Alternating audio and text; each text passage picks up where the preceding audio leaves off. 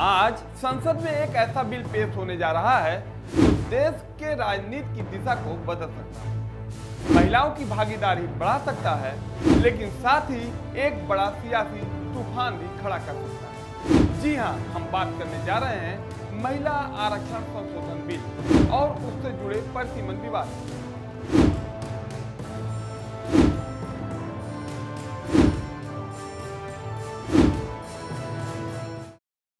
अब सवाल उठता है कि क्या यह बिल महिलाओं को उनका हक दिला पाएगा या फिर राजनीति के खेल में उलझ कर रह जाएगा।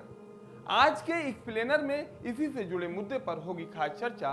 नमस्कार, मैं हूं अवनीश। क्या भारत अभी भी महिलाओं के प्रतिनिधित्व में पीछे है?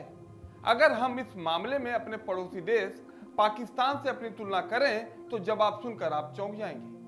भारत में महिलाओं की आबादी लगभग 50% के आसपास है, जबकि लोकसभा में महिलाओं की संख्या की बात करें तो ये महज 14% और राज्यसभा में भी लगभग ऐसी ही देखने को मिल रही है। जबकि वहीं पाकिस्तान की संसद में महिलाओं की संख्या 20% से भी ज्यादा है। यानी कि लोकतंत्र का सबसे बड़ा उदाहरण माने जाने वाला भारत अब इस मामले में अपने पड़ोसी देश से भी पीछे है। आइए जानते हैं कि महिलाओं के प्रतिनिधित्व को लेकर सरकार क्या करने जा रही है। अगर हम बात करें तो लोकसभा की मौजूदा सीटें 543 हैं।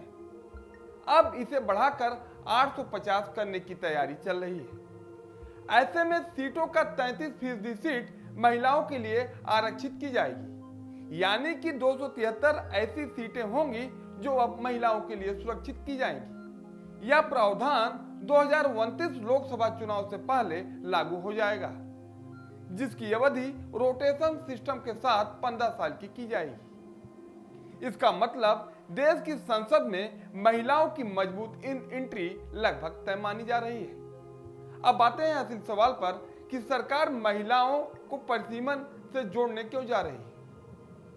अगर हम बात करें तो परिसीमन का मतलब सीटों का नया बंटवारा होता है।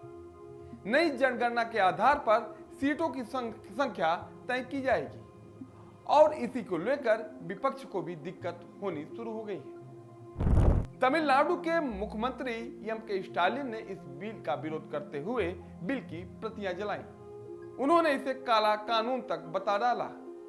इसके विरोध में उनकी पार्टी डीएमके ने पूरे राज्य में प्रदर्शन भी कर रही है।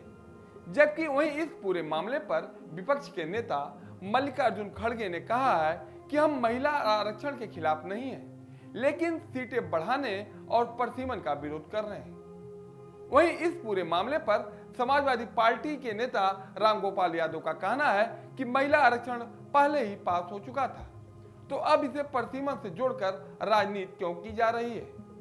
तो वहीं अब महिला आरक्षण बिल पर सरकार का भी पक्ष हम थोड़ा समझ लेते हैं। पीएम मोदी ने महिला सशक्तिकरण की दिशा में इसे एक बड़ा ऐतिहासिक कदम बताया। तो ही कानून मंत्री अर्जुन राम मेघवाल ने कहा कि आज का दिन बहुत ही बड़ा होने जा रहा है। अब सवाल इस बात को भी लेकर उठना शुरू हो गया है कि क्या यह बिल पास हो पाएगा, क्योंकि संविधान संशोधन के लिए 2/3 बहुमत की जरूरत पड़ती है। जबकि एनडीए के पास 292 सीटें हैं तो विपक्ष के पास 233 सीटें, यानी सरकार को कुछ और समर्थन जुटाने की जरूरत पड़ेगी। तो तस्वीरें साफ हो चुकी हैं कि महिला आरक्षण के समर्थन में तो सभी राजनीतिक दल तो दिखाई दे रहे हैं, लेकिन परिसीमन को लेकर विवाद अभी भी बना हुआ है। महिला आरक्षण बिल महिलाओं के लिए एक ऐतिहासिक मौका देने वाला साबित हो सकता है, लेकिन साथ ही राजनीतिक संतुलन भी इससे बदल सकते हैं।